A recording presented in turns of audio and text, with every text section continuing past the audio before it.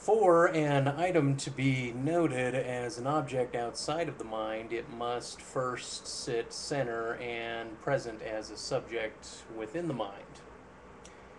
Cropper waxes on the objective structures of language as it may become a study for man, a science of linguistics, with, in Cropper's case, abilities of an amputee. The sophisticated philosophers are, in fact, not in denial of the objective structures of language as a model for linguistic studies, um, but supplement the model with a reopening of the question between subjective and objective structures. This is an approach of inflating the signs and the signified for critique into their relationship with one another, whilst describing grammatical differences of modern speakers and the artifacts of other language users. Where the objective study of language structures is the central focus upon the congealment of traditional expositions on themes of man's transcendental relationships, that is, the structure of the sign is declared as centered, but the play of the sign is subsequently limited. Therefore, the verbosity of play and the desire to understand oneself as a sovereign is limited. The sophisticated modern philosopher, as a grammatologist, also describes the interpretation between subject and object predicate in order to see the presence of the ego's intentionality, and create propositional concepts of being. The presence of being is thus expressed.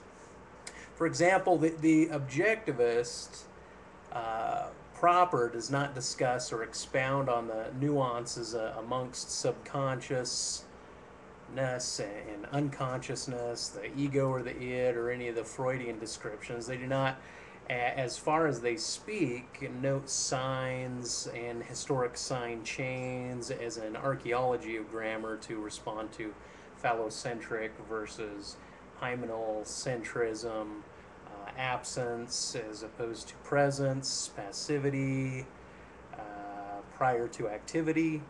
The objectivist proper uses structuralism to center upon what is as the basis of objective description. Where the grammatician or the grammatarian notes this, but also wants to allude themselves to the question of what is, to efface structuralism itself. Ironically, this practice provides greater range of objective description, and the grammarian's approach includes all processes of the subjugated objective approach. The grammarian may or may not hold ideality to recapture truth propositions, but while noting the difference between objective structures and subjective structures, and effacing the two via noting the trace difference between the dichotomous relationship, finds a function of communication which may be called a human structure.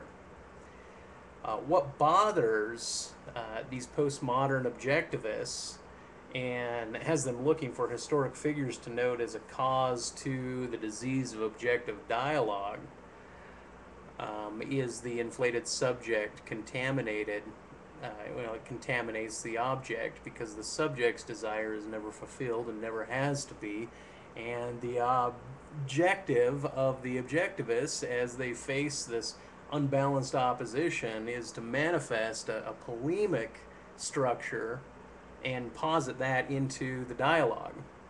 And because the paradigm of science is employed by the objectivists as a tool to encapsulate that which is not understood, the objectivist some psychoanalytical possibility within a paradigm of sociological cause and effect.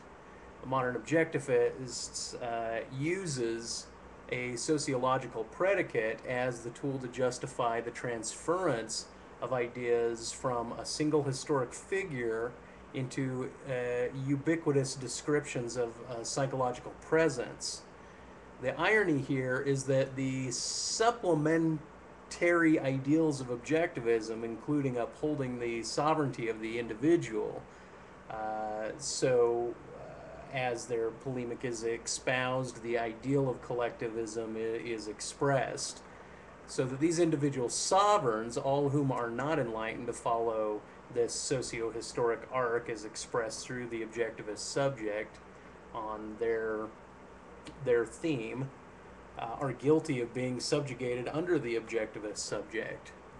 So Cropper, as right-headed as he is, mistakes sophisticated grammarians to be subjective collectivists in as much the same way as that somebody of amazing self-confidence might wrongly be accused of being a solipsist.